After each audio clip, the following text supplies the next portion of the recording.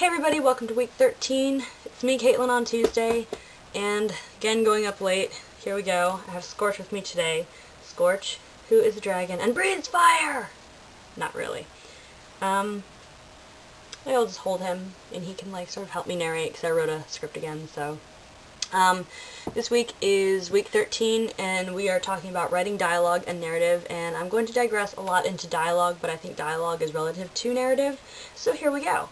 There are a lot of different kinds of dialogue and narrative. However, for my purposes, I'm going to cover dialogue and narrative as they relate to my writing, and how I use them in terms of themselves and each other when I write. So the definition that I will use for dialogue is from Merriam-Webster, which is the conversational element of literary or dramatic composition. That is the speaking bits. Now, narrative is defined as the representation in art of an event or story, which I think states the concept quite wonderfully in broad terms that can relate to all forms of artistic expression. In writing, narration is the telling of a story, which to me can encompass any method the writer uses to convey the progression of ideas.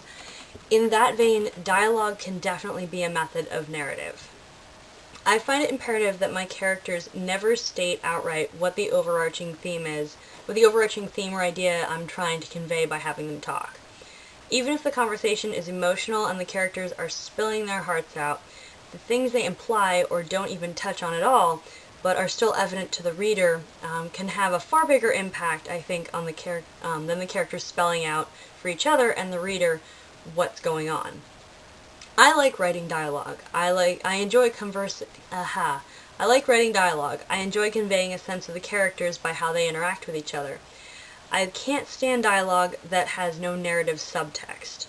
In other words, dialogue that fills in space. Every word I write my characters saying, I like it to have meaning. Whether that meaning is, this is what I think and I'm going to tell you, or I'm filling the air with meaningless words because this atmosphere/conversation is way too heavy for me. Both of these meanings can say important things about the character who is speaking.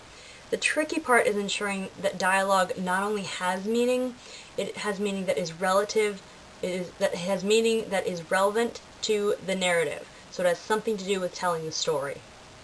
I'm finishing a book right now called The First 5 Pages, which talks about the elements of a book that your story must have in order to convince an agent or editor to read beyond the first 5 or just the first page of the book.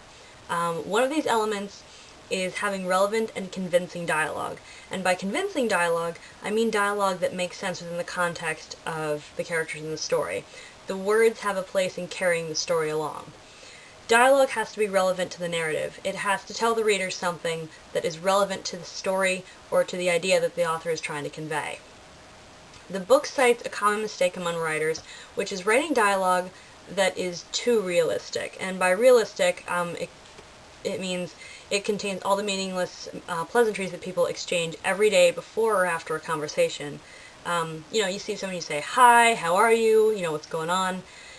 If it's a really close friend, you actually do mean, hey, what's going on with you? How are you feeling today? Are you having a bad day? Are you having a good day? If it's somebody you don't even know, the socially acceptable thing to do is to say, I'm having a great day. I'm doing fine, even if your heart's broken. Now, if you work in retail, you're going to be somebody's therapist, but generally if it's just somebody on the street or somebody in line at the grocery store, usually people just say, oh yes, my day's fine, even if it's really not, because that's how the conversation is supposed to go. And while including this in writing is fine when it is meant to serve a purpose. Now, for example, a character might, in response to the question, oh, how are you doing? They could respond with some extreme emotion, like excitement, oh, I just got this job, or sadness, oh, this just happened to me, or anger, like I'm really mad about this, or I'm really mad at you, and why are you asking me this? And that can tell you something about the character's relationship. It can tell you something about what's going on, in their lives right now. It can tell you something. And if it's relevant to the story, now if it's just, your character's like having an episode that has nothing to do with the rest of the story, then what are you doing putting that in there? But if this is relevant to the rest of the story, then how the character reacts to that just regular conversational question, that has a lot of meaning and that will advance the narrative. Or if the character, doesn't do any of that stuff, the character says, oh, I'm having a great day, to someone they know that they would normally tell something about, or to someone they're trying to hide someone from, that also tells you something. As long as that's relevant to what you're trying to, to the story, as long as your character, the character hiding something or telling something is supposed to be relevant to the story or the idea, then it's narrative. If you're just doing that to, like, screw with your audience, and hopefully you're writing something ironic or humorous, because otherwise it's not going to get you anywhere. It's just going to hinder the reader. So if small talk is included for the sake of realism, like, you start all your all your characters' conversations with, "Oh, hi, how are you?" Like, you don't need to do that, because that's it's going to be like a sudden roadblock. Like, "Oh my god, look, there's, random stuff that you don't even need." So that's not relevant to the narrative. That dialogue is meaningless unless you're meaning it to be ironic. Kurt Vonnegut, in his book Slaughterhouse-Five, every time somebody died or was mentioned having dying, the book said, "So it goes."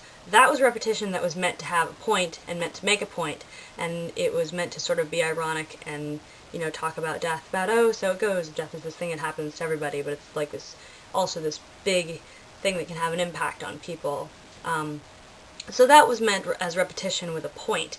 If you were repeating pleasantries every single time with your characters just for the sake of making it seem like a real conversation, then you're totally screwing yourself over, so don't do that. I personally usually let my characters run at the mouth because they have a tendency to advance narrative all by themselves, and I think this is due to having spent a lot of years in role-playing where you couldn't really, do the "hi, how are you," and you had to advance narrative, like, in your post. Your dialogue had to advance narrative, because you were, conversing with other characters. So I think that has a lot to do with it. But I can still, have them run on and speak of nothing. It happens.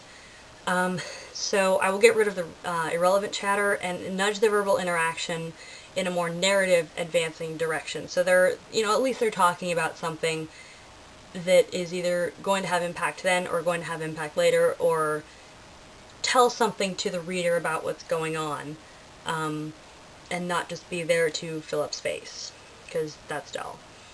When that happens, though, I get rid of the chatter, and I try and get it in some place that's, more narrative relevant. If the dialogue doesn't tell me anything about the situation, the theme, the plot, or the characters, it serves no purpose and will only slow the reader down, which I think I said, but I'm now just reading off my script, so yay. And according to my script, I'm going to stop here, because I'm sure it's been 10 minutes already. Hell, it could have even been 15.